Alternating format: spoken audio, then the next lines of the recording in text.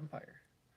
Today we are doing a live stream. I know it's been a while since I posted, been very busy the last couple of months with stuff, work, school, all the above.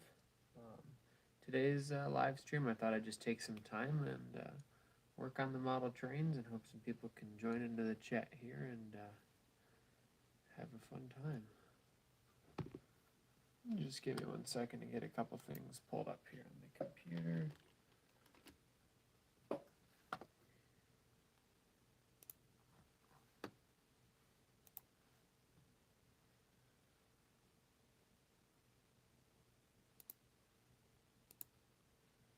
Alrighty, so we've got that going.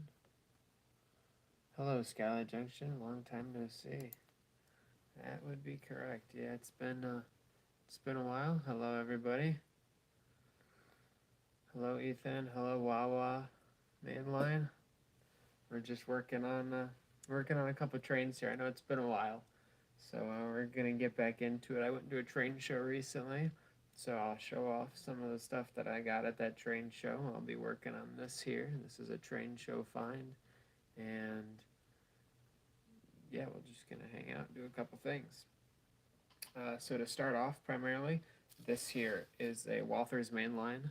It's on SD70 Ace. It's the Southern Pacific Heritage Unit from Union Pacific, number 1996.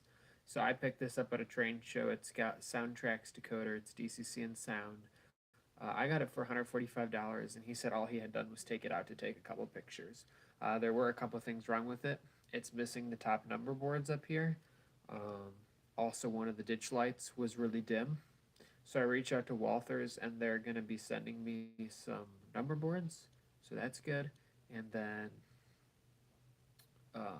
for the ditch light, I took the shell off earlier today. I just had to reposition that ditch light, and now they're both bright as can be.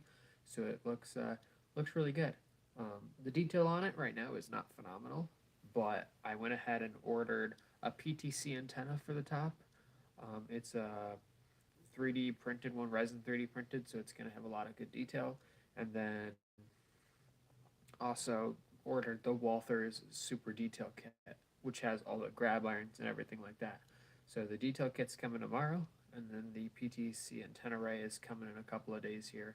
But yeah, so right now I'm going through with my little pin vise here. Got the small little drill bit on the tip there, and I'm just drilling out the holes to put in all the grab irons. It's pretty, it can be a little scary, a little intimidating, drilling holes on your brand new engine, but they're really tiny, and as long as you get them right the first time and you just take your time and go slow, it'll turn out pretty good. I'm actually working on making like a full-length video of doing all the detailing on this engine, so you guys can look forward to that in the future. Wawa mainline, I got an Athearn steam locomotive at Trainfest. The worm gear won't spin, but the motor is. I'd say probably just try some CA or super glue or something on there to try and get that gear to spin with the shaft, and then you should be good. Skylight Junction looks lovely. Yeah, I really do like the paint scheme on this Heritage unit. It's my, turn it on the side here, it's actually my first Heritage unit that I own. I model Union Pacific, so it made sense for me to go ahead and pick it up. Especially the price was definitely right. So yeah, I'm super happy with it. It looks pretty nice, and obviously all fixable things that were wrong with it. So pretty happy with it overall. It does have Katie couplers on it too, which is nice. I got a whole pack of them right here, but it did come with some luckily. So got the metal Katie's, which is definitely a plus as well. The sound out of it, I do like the sound. The horn, when I got it, was a little bit quiet, but I was able to put it in JMRI and do all the programming I wanted to it, and so now it sounds really nice. Wawa 111 mainline. I found a True Line Loco, unfortunately not an MP36. It's still pretty cool though. Sky Objection, I haven't ran trains in months, but have found another hobby, which is model shipbuilding. That's actually really cool. Skylight, it's funny you mentioned that, because my younger brother, he's into trains and model shipbuilding. I actually have one of his ships over here next to me that he wants me to weather for him. So That is really cool. I think it's the USS Arizona is the one that he has for me to do. But I do hope you can start running trains soon. I know you've got a pretty nice collection of them. And then another couple things I've been working on. If any of you saw my community post, I think a couple of days ago, I've been working on some graffiti. So here's a boxcar with some graffiti I did with paint pens and then small fine tip markers. And then this boxcar I have done a black wash over it. Sorry, the lighting's not too good, but it's pretty weathered up. It looks really good. I still got to hit it with the airbrush, get some better weathering on it. There's a little bit of graffiti on each side, and it looks pretty good. So I'm really happy with it. So that's just that one little project there. I also painted the wheels on it. I'm not sure if the camera picks that up very well. So I've been working on that. Another main focus of mine is this hopper. I was doing this hopper. This was an older Concord kit that I had bought. Did some weathering on that, just the black wash to highlight some of the details. It was a kit, so I had to assemble it. That took a while, especially with the sprung trucks, having to put those little springs in there. But yeah, that hopper car kit actually came in a 3-pack that I got at the train show. They all had metal wheels with them, and the 3-pack of those hoppers I got for $10. So I thought that was a total steal, and of course they're all Union Pacific. So just another deal that I had to snag. Another thing I got at the train show, I got this tanker car here, and this is just a modern tanker. Not sure how many gallons it is off the top of my head, but normally these go for anywhere from $20 to $25 is what I usually see, and I was able to pick it up for $5. Originally, all the handrails around here were damaged on the sides, but I was able to glue everything back together because it was all there, and now it looks pretty good. So I'm really happy with that. So for $5 with the metal wheels and Katy couplers, I could not pass that up. Even if I couldn't fix it, it'd be worth it just for those alone. So I got that. I also got a bunch of metal wheels. So there's 29 of these 33-inch metal wheels and then 29 of these 36-inch metal wheels. So bought a bunch of metal wheels too. That's all I run these days is metal wheels. So if I have any plastic ones, I just convert them over. But yeah, it's pretty good. I got a good deal. Those were like 43 cents a wheel, I think is what it came down to, which is actually pretty good. Skylight Junction says, I hope so too, man. Train layout taken down and just waiting to see when I can build it again. Love that graffiti decal. Thanks, man. Yeah, hopefully you can get that layout going soon. That'd be pretty cool. Yeah, that graffiti's pretty good. I've got another car that I think I posted on the community post. You guys can go back and see sometime, but I'm sure you'll see it on the channel more in the future. I did it for my brother. It's got some nice graffiti on it that I did as well. So a couple other things I got at the train show. I got this guy right here. So this is just a Union Pacific flatbed by Alvern, and then it has a Union Pacific truck trailer on it. So I picked that guy up. It's got the metal wheels, Katy couplers, and I picked it up for $20. So I thought that was a pretty good deal. And then I also got an Athearn Union Pacific caboose. This one doesn't have the insert, so it's kind of just wandering around in that box, but it's also got metal wheels and Katy couplers, and it's really nice. It's surprisingly not scratched at all from being in the box like that. But I ran it at my train club, and it ran really nice. You need a big boy. It's funny that you say that. Wow, 111 mainline, because if you take a look at my channel, you would know that I do have a big boy. I have the MTH one. It is the oil-fired one, so it's the modern one that runs on the excursions today.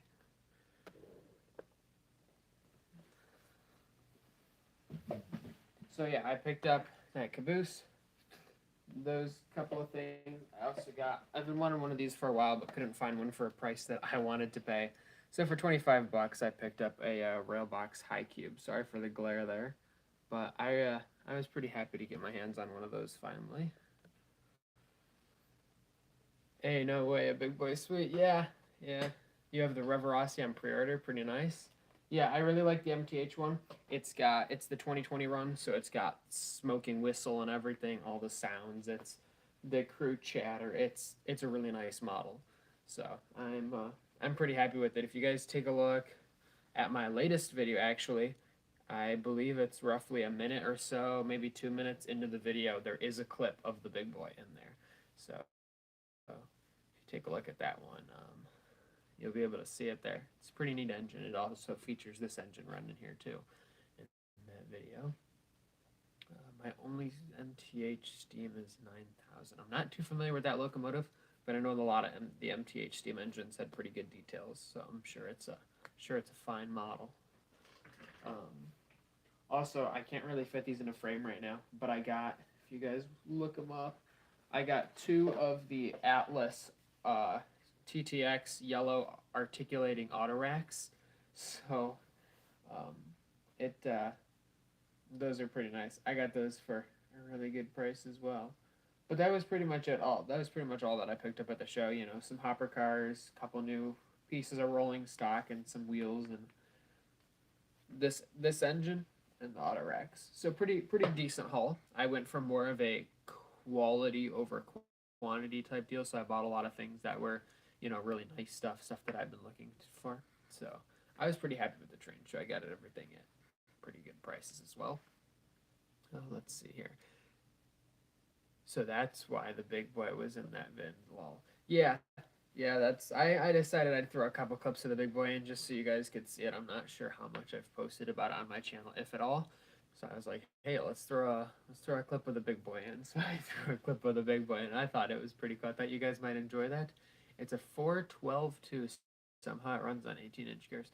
That is pretty impressive. I know the big boy here actually does run on 18-inch radius curves. It's pretty amazing how MTH designed them to be able to do those sharp corners. I'm definitely impressed by that.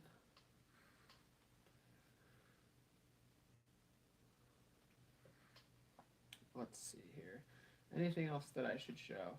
I'm gonna save that for a later video. I'm also currently working on an ON30 layout. It's a 4x5 that I'll be building it with my cousin.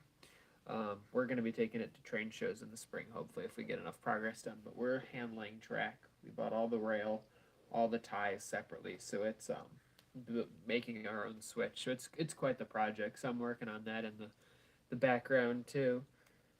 So that'll be hopefully coming on the channel here soon in the next couple of months, or hopefully a couple of weeks.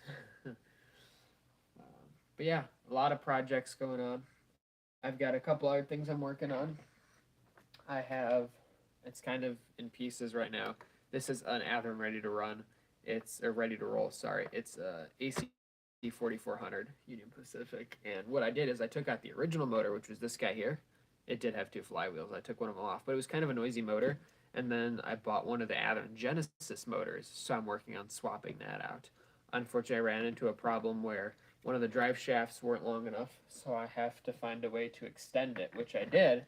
I just have to put it all back together. So that's gonna be quite the project to come. And then I've also got a couple other engines in the background, which I'll show later on the channel, that all our future projects that need work. So pretty nice. Let's see. Wow, 111 mainline. The problem, it has an articulated boiler. Huh, that's really interesting, because even the big boy just has one solid boiler. It's like a foot long, but it's just one boiler. It just has articulated wheels. Interesting though. Definitely pretty cool. So yeah, I'm gonna get back to work on this guy. But the boiler swings out. I see what you're saying. Yeah. But yeah, this is quite the project. It's definitely intimidating. Drilling holes into the brand new locomotive, but I'm not sure if I can get the camera to focus there, but you can see, let's see if the camera wants to focus. Yeah, there you go. You can see the holes that I've drilled here for all the grab irons to go in when they come in tomorrow. So drilled them in the front there, and then also if we swing it around to the back, all the back ones are drilled out too and ready to go. So I've just got a couple more up here in the front on the sides, and then it'll be just about ready for the grab irons. Skylight Junction, I heard BLI's is a solid piece. The boiler doesn't swing out unlike the MTH does. Interesting. I wonder how that works and what radius curves it can handle. Because I know the big boy, when I run it like at the club layout or something like that. Um, I know when I do that, the boiler really doesn't swing out much because they have a very wide radius, so it looks pretty prototypical. Um, Wawa 111 mainline says they have a fix, but then you need 56-inch radius curves. I don't know who has that wide of a curve. Yeah, that's pretty wide. I know at my club layout they have like up to 72-inch radius or more. That's obviously one of the wider curves. They have sharper curves, but pretty pretty impressive. So yeah, hopefully the stream fixed itself. It looks like it went out there for a sec. Um, meant for 12 twos. I know articulating steam locomotives like the big boy, the boiler obviously swing. Oh, okay. Yeah. Yeah. Okay. So you're probably talking about 844, the Union Pacific FEF. That's definitely one that I would like to get someday for my collection. Hopefully the quality fixes itself. I don't know what's going on here. Um, yeah, that's definitely on my bucket list of locomotives that I'd like to get is that Union Pacific steam engine. I want to get that one, and then I want to get the nickel plate red 765, and that'll kind of complete my steam collection.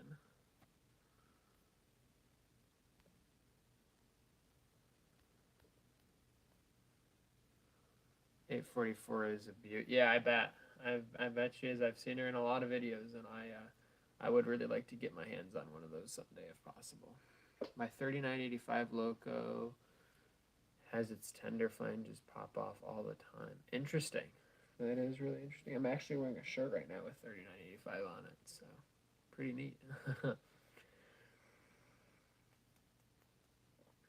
But yeah, you guys from now on probably expect a lot of videos. The club layout because I've been going there a lot. I joined a road club, and then um, also just videos like this, some live streams coming up in the future. I've got a lot of projects planned that I want to definitely want to live stream. So pretty pretty good content coming.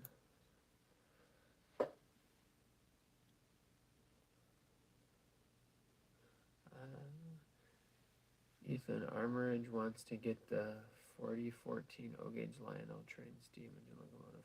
Yeah, it is a cool one. I've seen it in Lionel as well. They have a good model. The MTH one is a good model in O-gauge. They're pretty cool. I have the Rev Rossi FEF. It's 838 though. Runs really good last time I ran it. Yeah, I bet it. I bet it is. Trains are cool. They are indeed.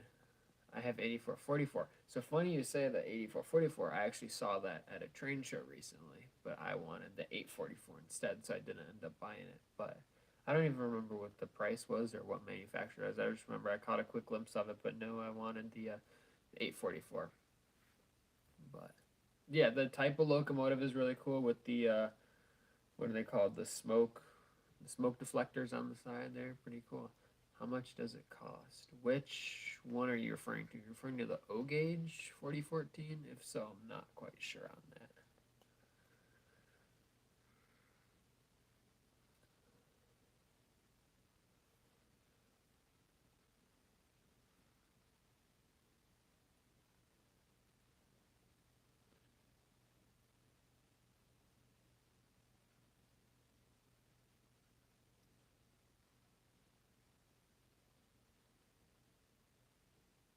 O gauge Lionel train 4014. Yeah, I'm not too familiar with O gauge, so I'm not quite sure on that. I'd say just go ahead and Google that one. You'll probably be able to find it pretty quickly. I don't want to block the camera too much, but I need to keep drilling these out here.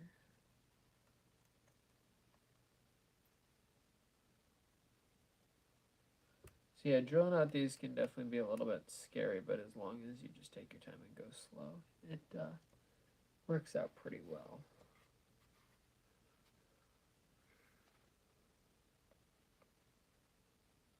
Okay, so I gotta get more of this drill bit to stick out so it doesn't hit the cab. Do I live in Illinois? No, I do not. I'm from Michigan.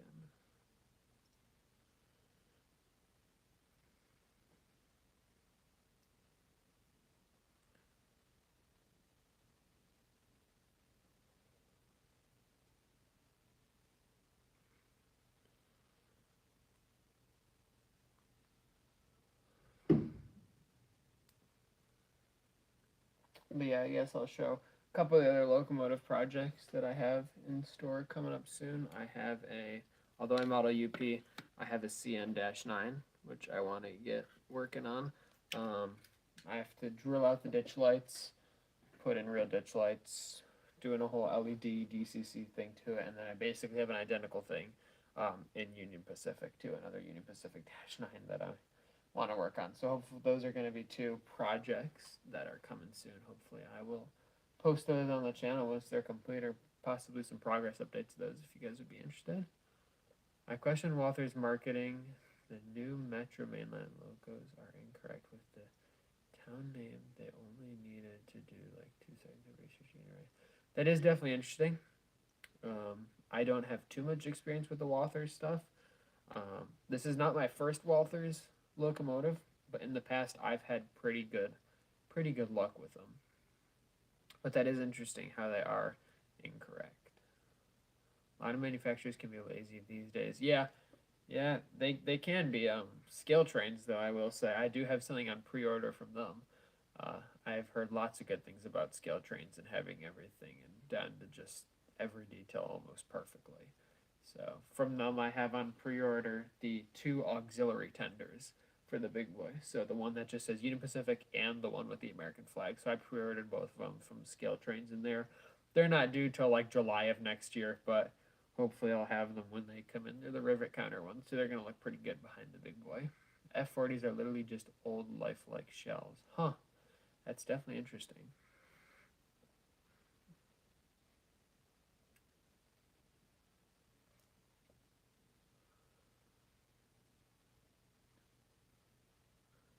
The key also here is to not break the drill bit. I'm using a number 78 drill bit. It's like 0.012 of an inch or something. It's very, very tiny.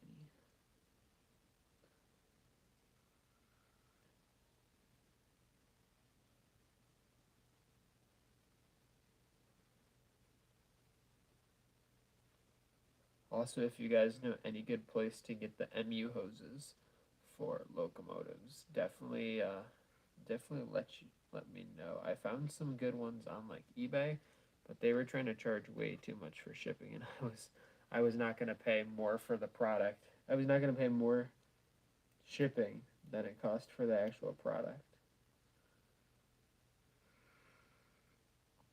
Because yeah, this locomotive without any MU hoses or anything looks kind of bland.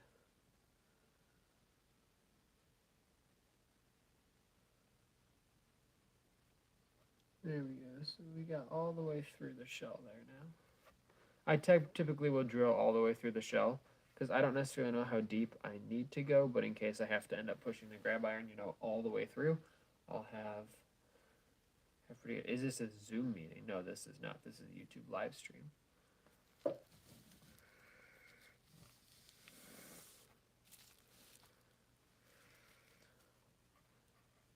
Another thing I'd like to get is probably windshield wipers. I don't see any windshield wipers on this locomotive either.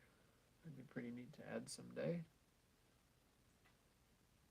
If you're looking for a Shay KR model, just making one. That is funny you mentioned a Shay. I do think they're pretty cool locomotives, and some people think they're pretty ugly.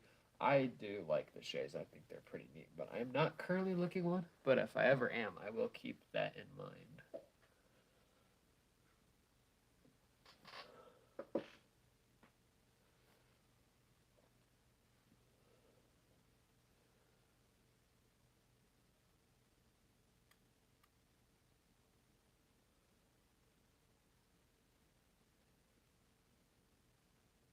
DCC sound is 500 ESU Lux MB5 version 5. That's quite expensive for one locomotive, I will say. But I guess also the big boy was a lot of money too.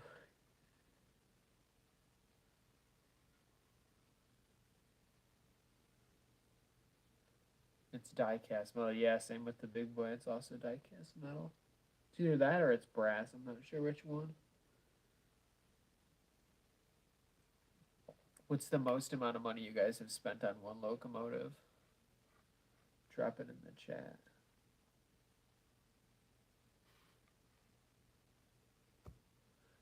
300 for DCC ready, but hey, there's a lot of moving parts and people really want for the Shay. Okay, 300 for DCC ready. I guess that is still a lot for a Shay. And I am curious, how heavy are the Shays and how many cars can they pull? Because I feel like if you're gonna pay that type of money for one, you want something that can pull quite a few logging cars or something too.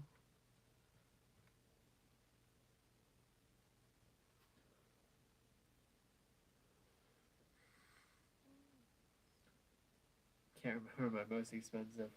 Yeah, my most expensive was the big boy. It was not cheap.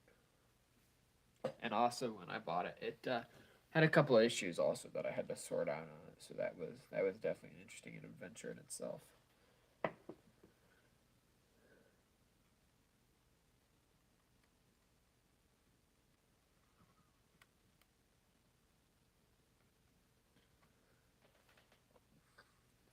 $240 for the Charger. Yeah, that is a lot.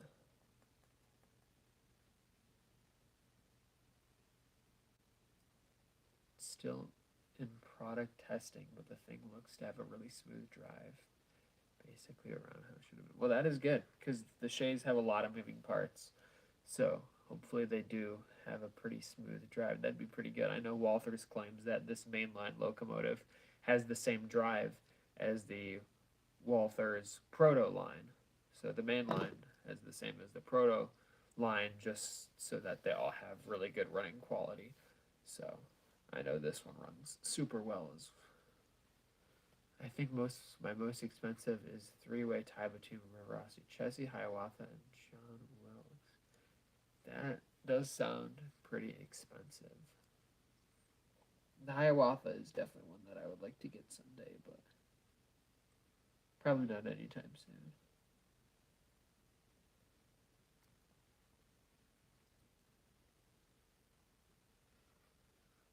I don't care for Walther's Drive. I have an SD78. I haven't ran in like 2 years. Why is that? Why haven't you run it? What road name is it?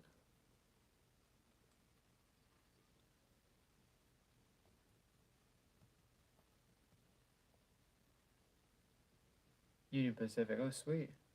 Hey, well, if you're ever, does it have DCC sound? If you're ever looking to sell it, I might be interested.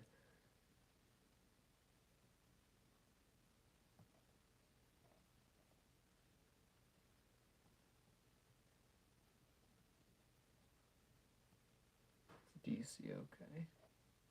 Yeah. So when I do sound locomotives, I feel like for the best. Shout out to um, uh, DJ Langle 55 in the chat.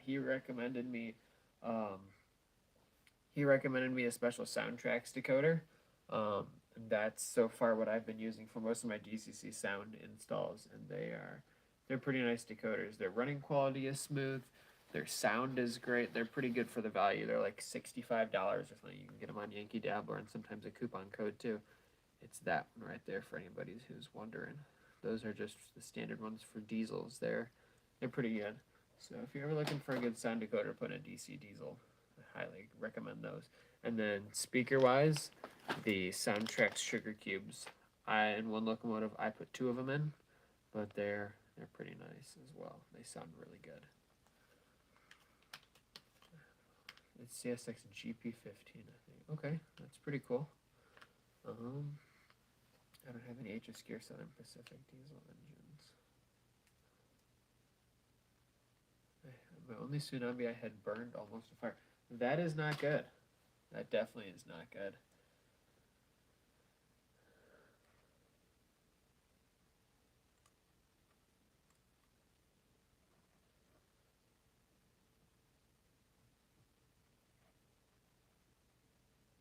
It's an Atlas GP.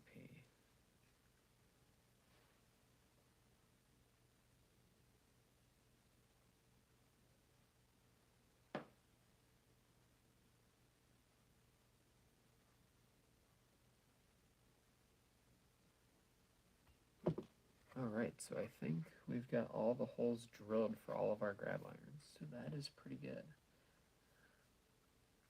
I guess the real test comes when I try and go to place them in tomorrow when they arrive in the mail.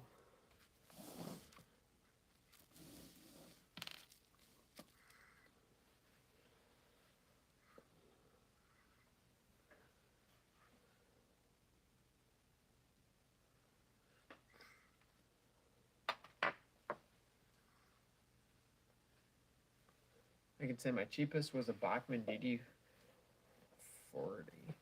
DCC factory fitted. A friend sold it to me in a lot of locomotive, $50. Wow, that's a that's a pretty good deal. $50 with DCC. I think the best I've done for like cheapest locomotive with DCC was a CSX F unit for $10. It actually ran really good. I just got it from a hobby shop and they had bought it used and they were just trying to sell it and I got it for $10.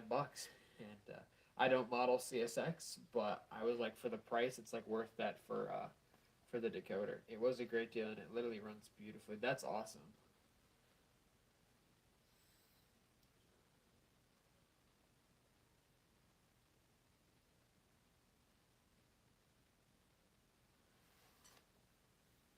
It runs fine. It just doesn't have a lot of speed. Ah, okay.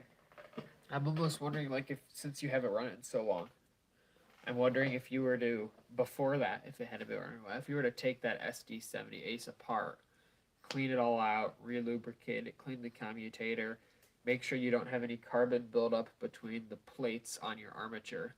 If you were to go through and do all that, I wonder if that would fix the speed. Because I know I've had some locomotives that are pretty sluggish. If you go through on your armature, which is right here, you can see the little slots that are in between the copper plates.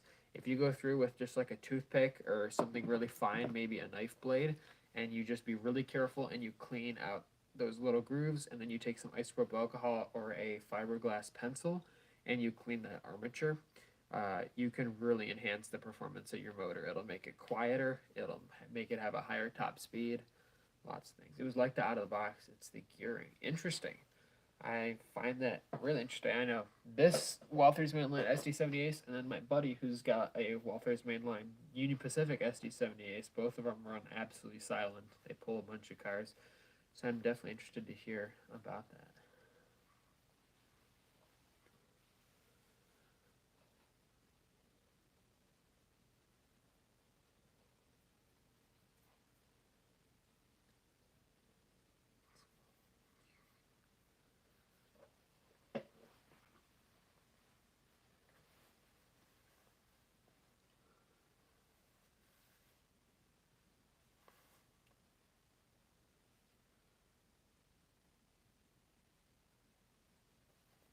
It's got power, just not much speed. That's definitely interesting.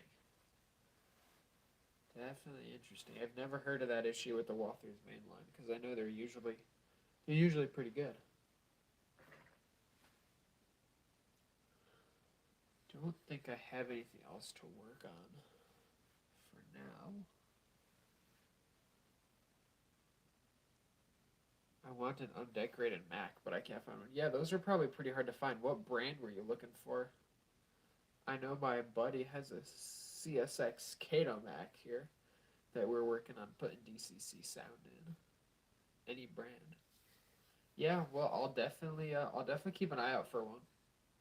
I know undecorated locomotives in general can be a little bit difficult to find, but they are out there. But I'm not sure about a Mac how difficult that is.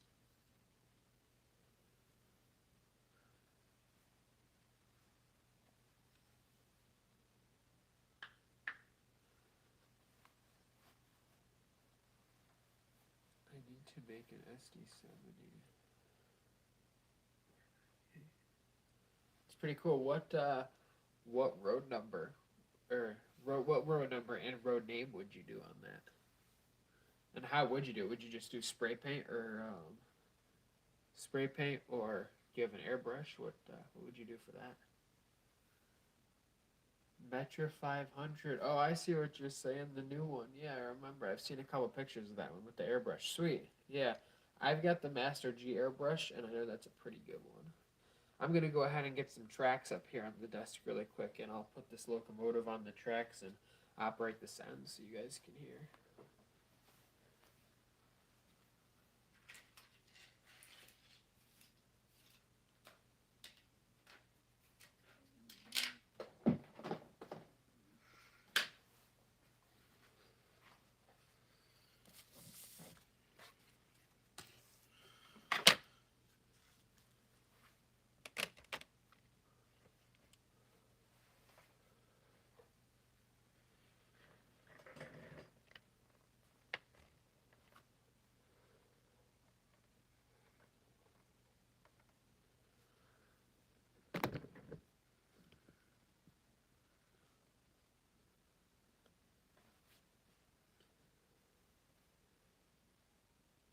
survey, do you trust Athearn these days? With their new Athearn Genesis Blue Box, yeah, I think they're pretty good. The detail is phenomenal. I don't know how they compare to Scale Train's detail, but I know they look really good. I've seen some in person, and I've seen some run in person, and I know they're really good models.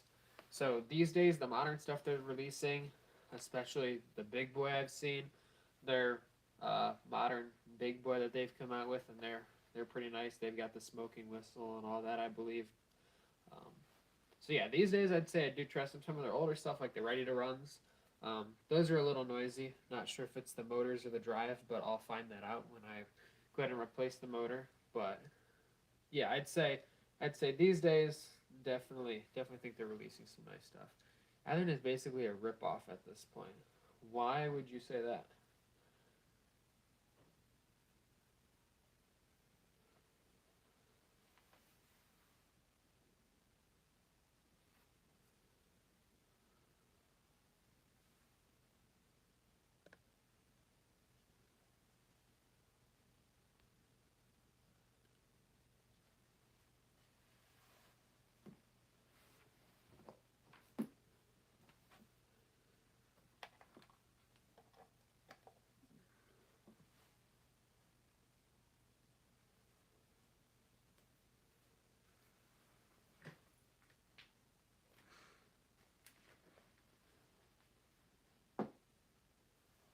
They cost way too much for their mid-grade line now. Huh.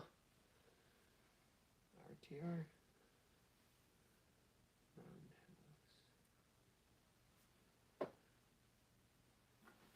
Yeah, if I ever buy any Athearns from this point on, they're probably gonna have to be the Genesis Blue Box because those I've heard good things about. So I'd definitely be willing to give it a shot. I need to get more Athearn stuff. I only have that Dash 9 by Norfolk, so I love that thing. That's pretty cool. Do you know if it's? Do you know what? I guess you could say era it's from. Is it a blue box? One of the older blue boxes, ready to roll. Um, Athearn Genesis yellow box, Athearn Genesis blue box. What era is that from? I am curious. I wish Athearn would drop their Genesis. Yeah, if they were to drop their Genesis prices, I think that those locomotives would definitely be a good hit because I've seen some, especially the Steam. I've seen some of those Genesis blue box ones in person. A couple buddies of mine have some. I've seen them run. They are beautiful locomotives. They run really nice. Didn't come with a box. That's still pretty cool though. As long as you enjoy it and it runs nice, that's pretty awesome.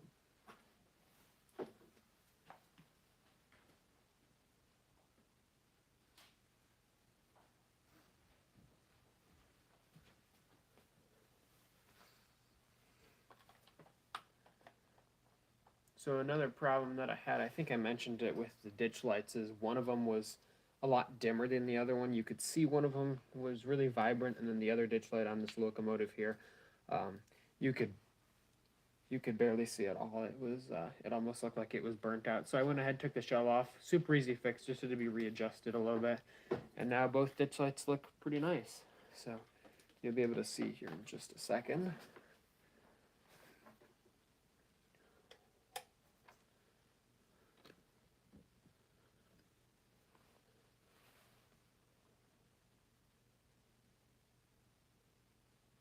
Alright, so we're going to go ahead and boot this thing up.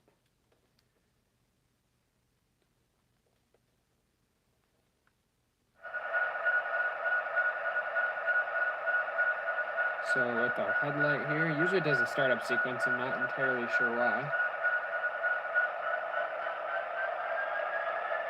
So we've got the headlight, the camera angle doesn't show it very well. Sounds like a beast, yeah it is. And then we've got the ditch lights.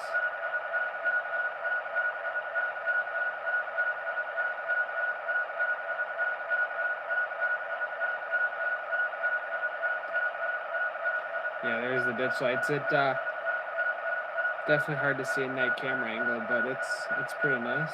We got the horn. And then the bell. I'm not sure how well the camera's picking it up. But yeah, it's just got kind of the general features, but it runs pretty nice.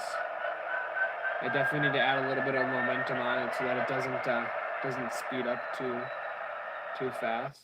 But overall, it's a pretty nice locomotive, and I'm pretty happy with this. So for I can hear it loud and clear. Yeah, for the price I paid for it, it was definitely worth it. Yeah, it's a Soundtracks decoder. I'm not sure if it's Tsunami Economy or Tsunami 2. I will have to look into that. But it just said on the main page that it was just a Soundtracks one. So pretty happy with it. And then when I took it apart, it had one of the bigger Sugar Cube speakers in it. It's probably an inch and a half long. So pretty nice. I need help buying a Walther's diesel engine for my HO layout. Well, a lot of the Walther's engines that I've had, I have not had an issue with any of them. I'd say your best bet is probably going to be like Facebook. Just be careful because some people do try and do scams and whatnot on there. So just be careful about that. But that's probably where you're going to find some of the better deals. eBay can tend to be kind of high on that type of stuff.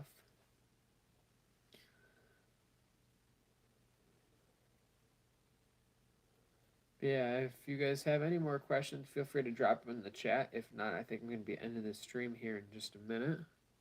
I got a little bit more work done on this engine. All the holes are drilled out. The handrails on the front and back are taken off just so I could drill all the holes. I do have them sitting right behind me.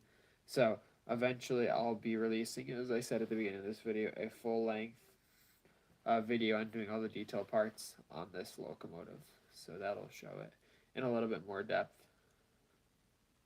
The next big project, at the moment, probably just some of the other locomotives I have.